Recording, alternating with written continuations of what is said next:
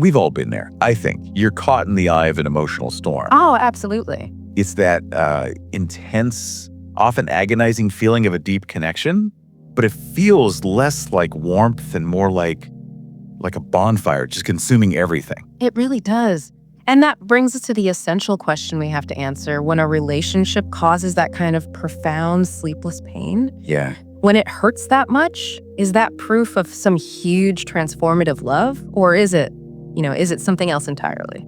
And our sources suggest that distinction is just. Yeah. It's crucial. It is. That crushing, desperate pain you feel during heartbreak or when a relationship is struggling. It might not actually be love. No, not in the way we romanticize it. It's more like intense attachment, or what we often just call clinging. Clinging, that feels right. That's it. See, love is expansive. It should open you up. Clinging it's restrictive, desperate, and almost always painful. So what are we doing about it today? Today, we're going through a process called Heart Recalibration. Or, to use the original term, it's junxianai. What does that mean exactly? It means tuning the heart anew. I love that. Tuning the heart. It's like a radio dial that's just stuck on static. Exactly. The noise is so loud, but it's not the station you want to listen to. So the goal here, Yeah. it isn't about shutting down emotionally, is it? Absolutely not. We are not aiming to become cold or detached. The real goal is to enable the heart to open safely, Okay. to keep that beautiful, soft, vulnerable part of us, but to build these strong internal boundaries that are rooted in self-respect. I have to challenge that a little bit, though. I mean, culture, literature, it all tells us that great love requires great sacrifice. So how do we know the difference? The difference between a healthy sacrifice, like giving up a small preference, and that loss of dignity you're talking about. That is the core tension. A sacrifice means giving up something external, your time, a convenience maybe. Okay. But a loss of dignity or self-identity is giving up something internal, your peace, your standards, your sense of who you are. So if the love requires you to constantly shrink yourself, Or apologize for your needs, or beg for basic respect, that's not sacrifice, that's self-abandonment. that's the core premise for today then. True love should never cost you your dignity, your peace of mind, or your identity. Exactly. So what's the roadmap for this deep dive? First, we're going to look at the hard science, the neuroscience of why we get trapped in these patterns. And then we apply a blend of psychology and some powerful energy work using crystals to fundamentally reset those attraction patterns. let's start with the panic. So let's talk about that feeling of emotional withdrawal. Ugh, yes. The anxiety, constantly checking your phone, the obsessive thoughts. The sleeplessness, it feels frantic, doesn't it? It feels like the world is ending if you don't hear back from that one person. Right. And that feeling is so terrifying because your primal brain actually perceives it as a real threat. You're talking about the attachment loop. The attachment loop in action, yes. Your brain's limbic system, which is only there for survival, it codes a key connection. Especially an inconsistent one. Exactly. It codes that connection as your source of safety. So when they pull away or the connection gets shaky, my brain isn't thinking logically. Not at all. It's screaming, danger, red alert, survival is at risk, fix it now. Wow. Your brain translates that withdrawal into an existential threat, and that's what triggers the frantic action. The overtexting, the pleading. Clinging, this whole mechanism, it's like an override button for your self-worth. It tells you your value is totally external. That it's all in their validation. Precisely. And that's the neurochemical moment where real affection can turn into destructive, self-abandoning clinging. So if this is happening in the limbic system, the survival brain, Yeah. how hard is it to actually override that? It's incredibly difficult if you only use willpower. Why is that? Because willpower lives in your prefrontal cortex. The attachment panic lives in the limbic system. They don't even speak the same language. You can't just think your way out of it. No. The only way to override that primitive program is through something called reconsolidation. You need a physical, emotional, and energetic process to prove to your limbic system that you are safe without them. Okay, that makes so much sense. We have to show the brain the threat is gone. Exactly. And this primal fear, it shows up in a few predictable ways in our relationships. So this is a good moment for a self-check for you listening. Which one of these patterns sounds like your old program? The first one is the pleaser. This person has completely outsourced their sense of peace.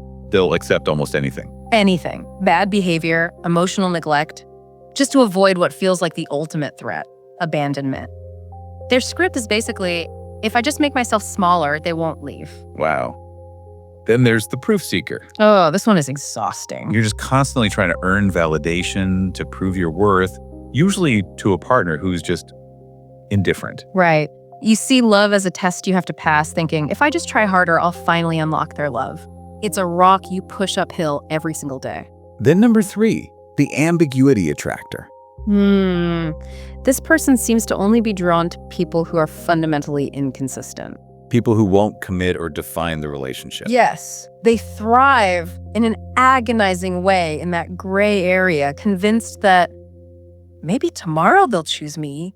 It's that uncertainty that the limbic system mistakes for excitement. And the last one, which feels maybe the most damaging, is the fear of solitude. This is the sunk cost relationship. You stay in a situation you know is bad for you because the terror of being alone feels like a greater danger than the pain you're in right now. So if you recognize yourself in any of those, The most powerful thing to realize is this. These are not character flaws. They're not moral failures. that is old programs. Just deeply ingrained old programs stuck in your survival system. And they need to be unplugged so we can install a new self-honoring operating standard. Okay, that's heavy. Yep. Recognizing yourself in those patterns. Before we get to the fix, how do you handle the panic that can come up just from seeing that in yourself? That panic is just the old program fighting to stay alive. So what do? You stabilize by shifting immediately from judgment to compassion. You just acknowledge it. This is an old program, not who I am now. And that's exactly what this heart recalibration ritual is designed to do. So now we get into the practical work. This isn't just theory anymore. No, we are fundamentally changing the energetic frequency you're putting out there. The full process takes about 15 minutes, but we're going to walk through the intention of the 4 phases right now. And you mentioned tools, crystals. Yes. And we use them intentionally to help focus and anchor the new energy. This isn't just, spiritual window dressing. Okay. The vibrational energy of stones has been used for thousands of years to focus intention and act as physical cues for mental tasks. We're leveraging that to help the brain achieve that reconsolidation faster. So let's connect the tools to the psychology. You recommend 3 main stones. First, rose quartz. But not just for love in general. It's specifically for unconditional love for yourself. It's essential for receiving and anchoring this new program of self-compassion. Second one, Second, and this one is vital for this work, is rhodonite. the rescue stone. Yes, it's the rescue stone for attachment pain because psychologically, it's about restoring dignity and cutting that painful over-reliance on other people for validation. It helps your heart stand tall again. And the third stone is for grounding, right? Exactly. Smoky quartz or hematite. When we open up deep emotional wounds, it's easy to kind of spiral. The grounding stone keeps the work stable and anchored in the present moment, not lost in all that past pain. Okay, let's start. Phase 1, name, acknowledge, and open. If you have your rhodonite or rose quartz, place it right on the center of your chest. We can't edit a wound until we open it up to the light. And we need radical honesty here. Yes. Name your repetitive cycle in a single short sentence, like, I chase those who run, or I am a proof seeker. And once you have that phrase, You say the acknowledgement out loud or in your head. I see it now. And then just spend a minute breathing into that truth, letting your heart accept it without any judgment. because judgment keeps the loop going. And acceptance is the start button. Then we move into phase 2, release, clearing the emotional residue. Yes. And if you feel a tightness in your chest or your throat, or you feel like crying, that's actually a good sign. Really? It means the emotional energy residue, the clinging and the fear, is clearing out of your system. And we use breath to help with that. We do. Inhale slowly for 4 seconds, and then a long, slow exhale for 6 seconds. Do that 9 times. And what do we visualize? With every long exhale, you visualize gray smoke leaving your body. That smoke is the fear, the expectation, the clinging, and your internal cue is one word: release. I like that. So phase 3, boundary. This is about installing the soft boundary. Right. And this is where we fix the misconception that boundaries mean shutting your heart down. So you hold your smoky quartz now for grounding. Yes. And the soft boundary isn't a brick wall, it's a high-definition filter. Visualize a clear shield of light, maybe gold or pink, all around your heart. What does the filter do? It's permeable. It lets sincerity, kindness, and real love through easily, but it instantly repels toxicity, disrespect, ambiguity. They just bounce right off. And the core statement here. Is the return of dignity. I can love without abandoning myself. And the final phase, phase 4, standard. the new data input. This is the reconsolidation part where we overwrite the old program. So place the rose quartz back on your heart to absorb that pure self-love energy. And we're defining a new non-negotiable standard. Choose 3 powerful words right now, words that are the opposite of the pain you felt. So if you had chaos, your words might be respect, safe, clear. Or if you felt ignored, maybe comfort, growth, honesty. Exactly. Focus on those words. Let the rose quartz anchor them in as your new data set. And a final statement to lock it all in. I open myself to what aligns with this standard and release what does not. The ritual's complete, Yeah. but the real work starts now. And we really have to emphasize this. The ritual is the energetic foundation, but the real proof, the true reprogramming, happens in the follow-up action. Right. If you immediately go back to chasing or accepting less, you just confuse your limbic system. And the recalibration just negates itself. So this is about moving from tuning the dial to actually turning the volume down on the static for good. Yes. And there are 3 golden rules for confirming this internal change in your actual life. Okay, rule number 1. If it's not clear, stop investing. That feels huge, especially for the ambiguity attractor. It's non-negotiable. If a partner is inconsistent, slow to respond, hesitant, you do not chase them for clarity. You stop trying to bridge that gap for them. And that action of stopping. Proves to your brain, louder than any words, that your safety and your worth are not dependent on their validation. Okay, rule number 2. If there is disrespect, set boundaries immediately and act on them. Don't wait for the 1,000th time, hoping they'll change. Use that rhodonite energy. Exactly. The dignity stone. Clearly state, I am not okay with you speaking to me this way, and then you follow through. You withdraw your time, your energy, your attention. Your actions have to match your new standard. They must. And rule number 3, if you have to force it, it's the wrong love. What does that feel like, forcing it? Your nervous system is constantly on alert. It's anxious. If you spend more time analyzing their texts and actually enjoying the person, you are forcing it. You're trying to make it meet a survival need it just can't provide. Precisely. You need clarity, not anxiety. So to keep this all going, there's the 7-day Heart Reset program. It's simple and powerful. Every single morning, and this is critical, whenever that frantic urge to chase hits you, you have to interrupt the loop. So what do you do in that moment? You stop whatever you're doing, hold your rose quartz, or just put your hand firmly over your heart. And breathe. Take 7 long, slow exhales. Ground yourself right here in the present moment, in your body. And then the affirmation. One simple, powerful phrase that proves to your whole system that you are safe. Today, I will not abandon myself. Commit to that for 7 days. You are proving to your deepest self that you are worthy of being kept. First and foremost, by you. So after you do all this work, how do you know if it's really working?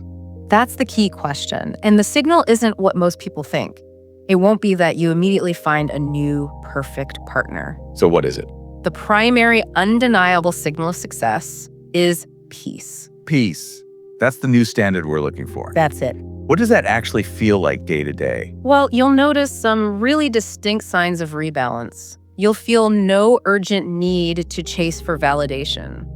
The desire to over-explain yourself or prove your worth to anyone, it just fades. And you'll find the quiet courage to cut off people who don't match your standard, right? Easily. And you won't feel that crushing guilt or that desperate need to salvage a connection that doesn't serve you. And I think maybe the most powerful sign is the ability to be completely happy on your own. Yes. Total happiness independent of any romantic connection. Your worth is no longer up for negotiation. That's the frequency shift. It is. Yeah. Peace is the new magnetic standard. And this brings us to our final thought for you to carry with you. Your heart has been broadcasting on the frequency of scarcity, and that's what drives the chasing and the clinging. But when you shift your heart to the frequency of fullness, Which is that deep, independent peace.